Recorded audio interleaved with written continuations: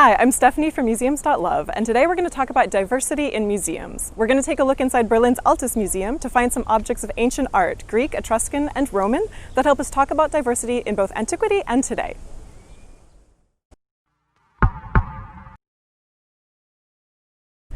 So why is it important to talk about diversity in museums? Well, in spring 2020, right now, diversity is in a lot of headlines for movements like Black Lives Matter, but it's also becoming ever more central to museum agendas. This year in May, International Museum Day made diversity its central theme so that museums would present programming to bring attention to this important topic. They're recognizing ever more the value that diversity has to communicate with the communities that they serve. That's right, museums serving their communities. That means us. It might have started out in the 19th and 20th century that museums were serving a very small crowd of scholars and privileged people who could spend time in museums looking at objects as object archives. But now things have changed. Museum visitors are a much more diverse crowd than they ever were before, and museums are recognizing this. Museum visitors have different backgrounds, interests, needs, and wants whenever they come to visit a museum today. Now, it's important for museums to respond to their diverse visitors' different wants and needs because not only are they funded by the communities that they serve, but they're public learning institutions. They shape the way that we see the world. Despite the impression that museums may give of being objective and neutral, they are not. They are built up of many different decisions being made, and those decisions need to properly represent the communities around them and also the way we want to live in society together. So let's take a look inside the Altes Museum and find some objects that help us talk about diversity in communities both in antiquity and in the present day. Today we're going to explore an ancient Roman portrait that is extremely rare for depicting an African man. Before we start, I want to point out that we are not singling out this piece as if it's a curiosity or because it's so different from other portraits considered normative. That's the sort of thinking that has led to not just artworks, but actual people being excluded and mistreated. Nor can this video represent the experiences of this man, let alone of African people in the Roman Empire or elsewhere. Instead, what we can do here is use the tools of art history to find out what this portrait as an artwork can tell us about diversity in ancient society, and that in turn might help us gain perspective on our own society. This marble portrait is from the Roman period and was found in Greece. Don't forget, Greece was part of the Roman Empire, so talking about Roman Greece is not as paradoxical as it sounds. In the early 20th century, scholars identified this portrait as depicting some unknown African man based on the facial features. Race was talked about in the scholarship of this period in a very different way from today.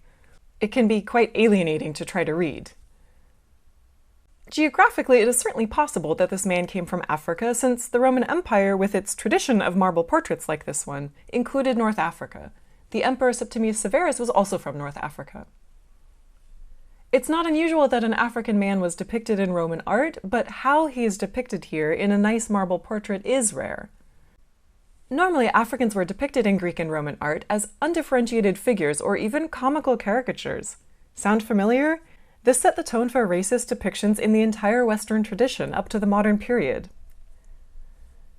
So who does this portrait possibly represent? Since it was found without a body and without a statue base with a name inscribed on it, we have to guess from other factors like the find spot. This portrait was found in the Greek city of Loukou, where a ton of other sculpture was found belonging to a single Roman villa. The assumption is that this head also came from that same villa. The villa was owned by a Roman named Herodes Atticus, and it's telling that everything we can know about this portrait comes from sources about Herodes Atticus and not about the actual depicted individual. This portrait may represent a man named Memnon, a protege and an adopted son of Herodes. Herodes was a politician, his family was from Sparta, and he had lots of money. He spent it on public and private buildings, most notably the small theater on the edge of the Athenian Acropolis. His 3 vast villas in Greece have been excavated, and the one at Loukou may perhaps have contained this perhaps portrait of Memnon. Herodes adopted 3 men that he called trophimoi, the Spartan term for students. Memnon was joined by Achilles and Polydeukion. We don't know for sure about the history and status of these trophimoi. They may have been relatives of Herodes or freedmen of a family related to Herodes, that is, once enslaved people then set free. It's not clear if there was an erotic relationship between Herodes and the trophimoi. What is clear is that Herodes was absolutely devoted to them. A portrait of Polydeukion says in its inscription that Herodes loved him like a son. The trophimoi's names may be a hint that they had once been enslaved. All three names were chosen, possibly by Herodes, because of their mythical connection. Slave-owning Romans disregarded the family lineage of enslaved people, ignoring their family names, and named them whatever they wanted, often something related to myth. Achilles is the most well-known of these three mythical names, referring to the semi-divine hero of the Iliad, the Homeric epic.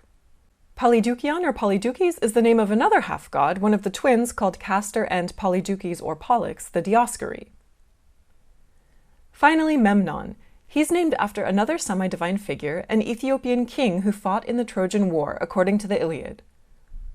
Like Achilles, Memnon had one mortal parent and one divine parent. His mother was Eos, the goddess of the dawn. In fact, in the Iliad, Memnon was killed by Achilles, which puts a morbid cast over the naming of these two sons of Herodes. Depictions of Africans in Greece and Rome, in both art and literature, tend to emphasize a dark skin color. Now, on this statue, the color is entirely worn off, but it was certainly painted. Just what color it was painted, we don't know. Ancient sculpture and architecture was always painted in an effect we call polychromy today, and was not even considered finished until this layer of paint was applied. So although ancient sculpture in marble tends to look white today, in antiquity it was very colorful. There are several sources for knowing about polychromy in antiquity. One is bronze statuary with inlays in different colors in order to give a more coloristic effect. They may have inlaid eyes to give a more lifelike effect, and inlaid lips and nipples in copper. There are also mummy portraits. These are full-color portraits that were painted in Egypt and placed on mummies for burial rituals. They give us a good idea of how color might have looked on ancient sculpture as well. There's a genre of Greek vase called lekythoi that's often painted with a white ground first and many colors over the top. And finally, there are sculptures that still preserve traces of paint on them today. Sometimes these are even visible with the naked eye, like the case of the so-called Berlin Goddess in Berlin's Altes Museum. Here, the reds and yellows that once decorated the statue are still visible. So the modern idea that ancient statues are white, and especially that they represent some pure white ideal, is a lie. In fact, artists and scholars deliberately ignored the many colors that were still evident on ancient sculpture in order to further their own vision for how antiquity should have been. How this portrait head might have been painted is hard to know without further scientific investigation. But what we can be sure of is it absolutely was painted, and quite possibly with a color that, to our eyes, would increase the diversity of these marble portraits considerably. This is just one example of why it's important to talk about conceptions of diversity in both antiquity and today, to avoid spreading misconceptions and also to learn the values of the society that we want to live in together. There's more reading and resources on the topic for you on museums.love. I'll see you there.